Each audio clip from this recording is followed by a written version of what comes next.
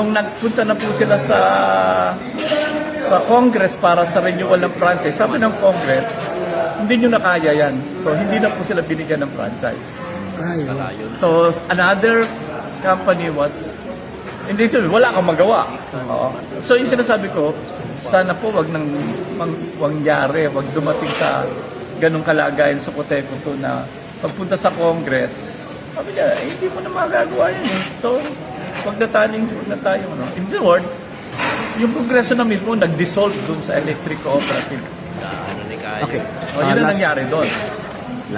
Okay. Lastly, Professor, gusto lang natin i-clarify kasi mayroong iba talaga nagagamit ng word na ailing para sabihin na okay lang ang Socoteco to, okay pa rin ang Socoteco to. Paki-clarify lang Ako po nga sa po, inyo. ayaw kong sabihin yung okay sila. Okay.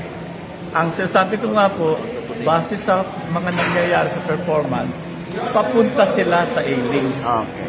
Pero hindi, I don't want to say they are okay. They are not okay. so hindi pwedeng So, wala pa po sila doon sa estado na sila ay ailing, pero hindi po sila okay.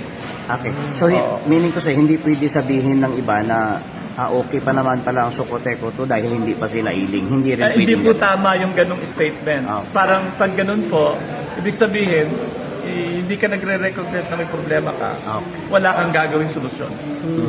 Kaya po kung sasabihin natin, we're not okay, kailangan natin ng solusyon.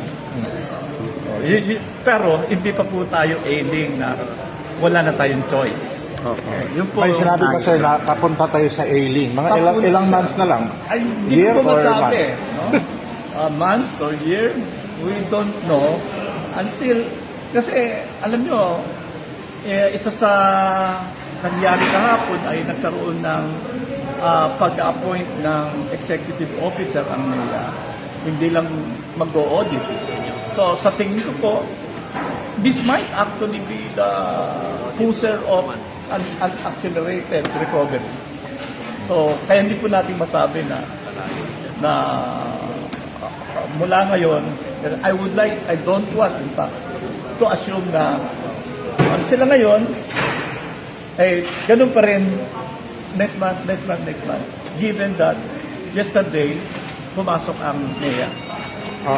One last question sir.